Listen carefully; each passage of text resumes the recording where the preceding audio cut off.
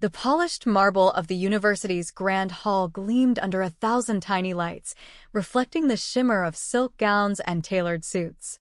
Tonight was the Founders' Gala, the annual spectacle where the university celebrated its most prominent benefactors and distinguished alumni.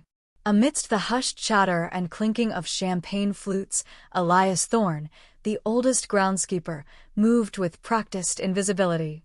His worn tweed jacket, though clean, stood in stark contrast to the evening wear, and his hands, gnarled from decades of tending ancient oaks and manicured lawns, clasped a small, worn cap. He simply wished to find a quiet corner, perhaps near the back, to listen to the president's address. As he shuffled towards a row of empty seats near a velvet rope, a young woman with a headset and a crisp clipboard stepped smoothly into his path. "Excuse me, sir," she said, her voice polite but edged with a dismissive authority. "These seats are reserved for our honored guests and faculty. Staff seating is usually provided in the annex." She gestured vaguely towards a side door, her gaze sliding past him as if he were merely a misplaced prop. Elias nodded, a faint, unreadable smile touching his lips. "Of course, miss," he murmured, turning without protest. He found a small, shadowed alcove behind a pillar where he could still hear the amplified voices, unseen. He leaned against the cool stone, his eyes, the color of faded denim, fixed on the brightly lit stage. From the podium, the university's new president, Dr. Elias Thorne, a man whose reputation for meticulous historical research preceded him, cleared his throat. He had spent the last few weeks immersed in the university archives, preparing his inaugural address. He spoke of legacy, of the unseen foundations upon which great institutions were built. His gaze swept across the hall, past the rows of donors and the self-satisfied smiles of the award recipients, and briefly, fleetingly, rested on the shadowed alcove where Elias stood. Something in the old man's posture, the way he held himself, still and watchful, tugged at a distant memory. A tiny, almost imperceptible scar on the back of Elias's hand, peeking from his sleeve, caught Dr. Thorne's eye. It was a detail he'd seen before in an old, sepia-toned photograph he'd unearthed just days ago. Dr. Thorne paused, a beat longer than protocol allowed. He had been about to introduce the final, most prestigious award, the Torchbearer's Medallion for Outstanding Lifetime Achievement. But the image of that scar, coupled with a forgotten name from a dusty ledger, burned in his mind. He reached into his inner jacket pocket, not for his prepared notes, but for a small, laminated card. "Ladies and gentlemen," he began, his voice gaining an unexpected resonance, "tonight we honor those who have illuminated our path. But sometimes, the brightest lights are not the ones that seek the stage." A ripple of confusion went through the audience. Miss Albright, the young event coordinator, frowned, her headset buzzing with questions from her team. Dr. Thorne, ignoring the subtle cues, continued. "Decades ago, this very hall, this entire campus, faced an inferno. A fire that threatened to consume our most precious legacy, our library, and the lives within it." His eyes, now focused directly on Elias, held a profound weight. "I was a young student then, trapped in the stacks, convinced my life's work, a rare collection of ancient texts, was lost. But a single individual, a young groundskeeper, then barely more than a boy, defied the flames, the collapsing timbers, and the smoke so thick it choked the air from your lungs."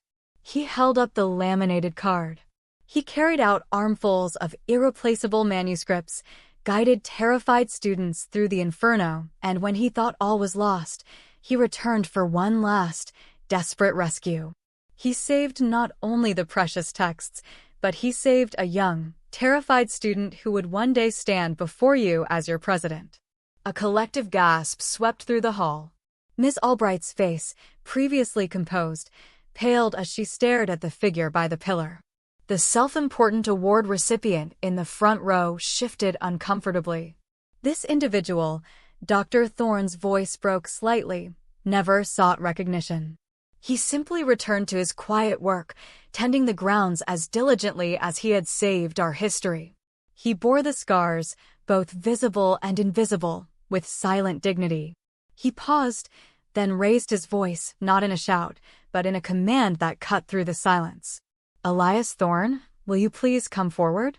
A spotlight, seemingly on its own accord, swung away from the stage and settled on Elias in his shadowed alcove. For a moment he didn't move, as if unsure it was meant for him.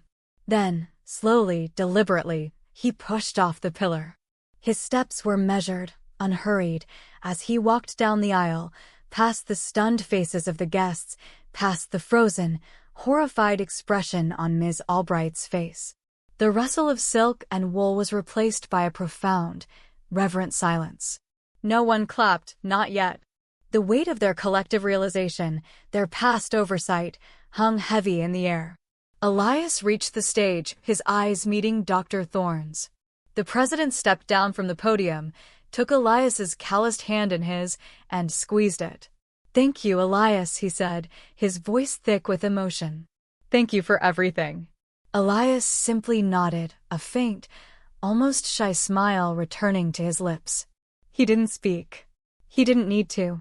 The entire hall now understood. The greatest hero among them had been the one they walked past every day, the one they had dismissed. As the first, tentative claps began, spreading quickly into a thunderous, standing ovation, Elias gently withdrew his hand. He didn't linger on the stage. He didn't acknowledge the hundreds of people now on their feet, their faces a mix of awe and shame. He simply turned, gave a small, humble nod to Dr. Thorne, and walked quietly back to his alcove, melting once more into the shadows as the applause reached a crescendo. He didn't return to the hall after the ceremony. But the next morning, a small, unassuming plaque appeared on the wall of the rebuilt university library near the entrance to the archives. It read, "This space, and the knowledge within, stands thanks to the quiet courage of those who protect what matters, unseen." And every year, on the day of the Founders' Gala, a single, humble groundskeeper's cap, faded and worn, is placed on a small, polished stand in the library's quietest corner, a silent testament to the unsung hero who never asked for recognition, but whose legacy shone brighter than any medal.